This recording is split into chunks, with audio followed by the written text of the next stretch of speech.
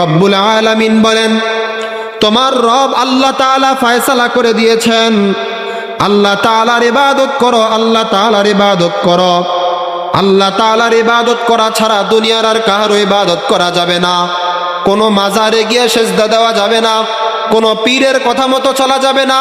পীর যদি হক্কানি পীর না হয়, ওই পীরের কথা মতো চলা যাবে না।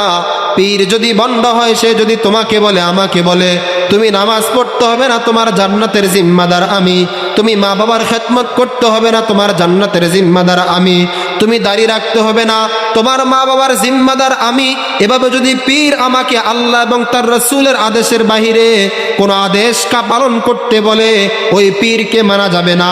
আল্লাহ তাআলা বলেন, আমি আল্লাহ তাআলার ইবাদত ছাড়া আর কারো ইবাদত করা যাবে না। তারপরে কি করবা?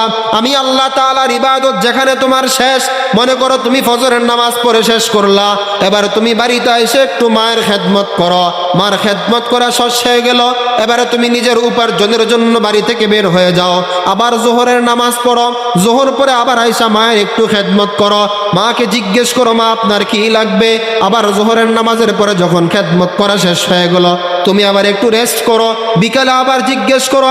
এভাবে প্রতিদিন যদি তুমি মা বাবাকে বারবার জিজ্ঞেস করতে থাকো আর বলতে থাকো মা আপনার কি লাগবে, আপনার কি প্রয়োজন, এক সময় মা বলবে, সন্তান আমাকে আর জিজ্ঞেস করতে হবে না, আমি মা তোর জন্য দোয়া করতেছি, আল্লাহ তাআলা তোকে উচ্চ মাকাম দান করবে।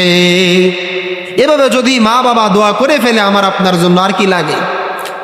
প্রতিটা আপনারা ছাত্র ভাইয়েরা এখানে আছেন, মার কাছে গিয়া মাথার টুপিটা খুলে এভাবে দিবেন যে মা মাথাটা একটু হাতাইয়া দেন, মাথাটার মধ্যে একটু ফু দিয়া দেন।